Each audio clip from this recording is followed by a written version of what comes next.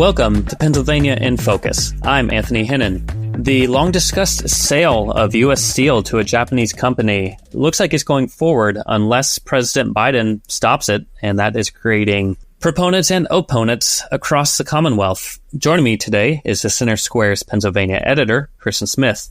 Kristen, what is happening exactly with the bid of Nippon Steel to buy once the biggest steel manufacturer in America? It seems like the stakes are getting even higher for this proposed acquisition. $14.9 billion for Nippon Steel, which is a Japanese-owned company, to take over U.S. Steel. It would stay in Pittsburgh, which is, the Steel City. Their NFL team is the Steelers. So when you think of U.S. Steel, you think of Pittsburgh, right?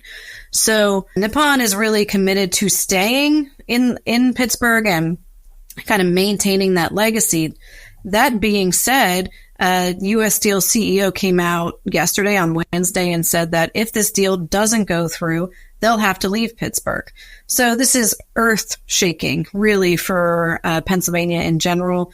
There's people in the region and across the state who their legacy, their family history is in large part connected to whether they had relatives who worked in the U.S. steel industry. I mean, it is as much Pennsylvania as Rocky and Philadelphia and the history of the Constitution and the birth of America.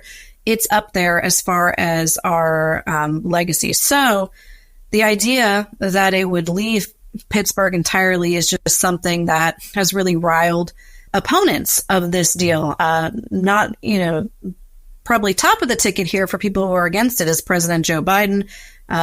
Donald Trump doesn't like it.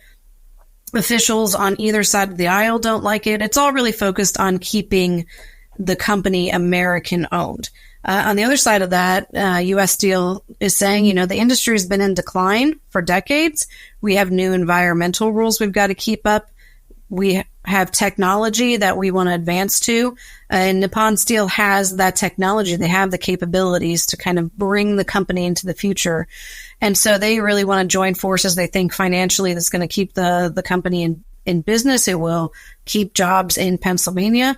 And so economically speaking, it's a no-brainer, right? And there's workers there who agree and want the deal to happen. That being said, the United Steelworkers Union obviously does not want this to happen. They're very much on the side of President Biden and other congressional lawmakers that say this needs to stay in the hands of the United States. It needs to be the U.S. Steel Company out and out. And that union influence definitely is likely playing a role in where Democrats stand on this. Lots of lawmakers, including Senator Bob Casey, came out and said that the threat to move out of Pittsburgh is just a slap in the face to union workers who built the steel industry. So, the big question now is, will Biden actually block the deal? Yeah, I think, and this seems like more than anything else, it seems very symbolic. If the deal does not go through, they're saying that, some investments of up to $1 billion will not happen in some of the places they already own.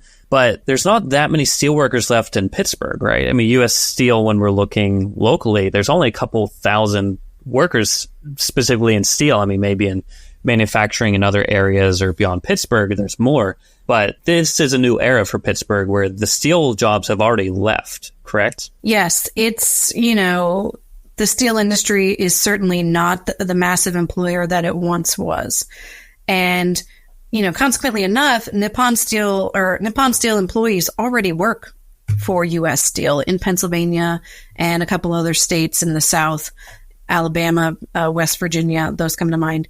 And so the transition away from traditional steel has been decades in the making.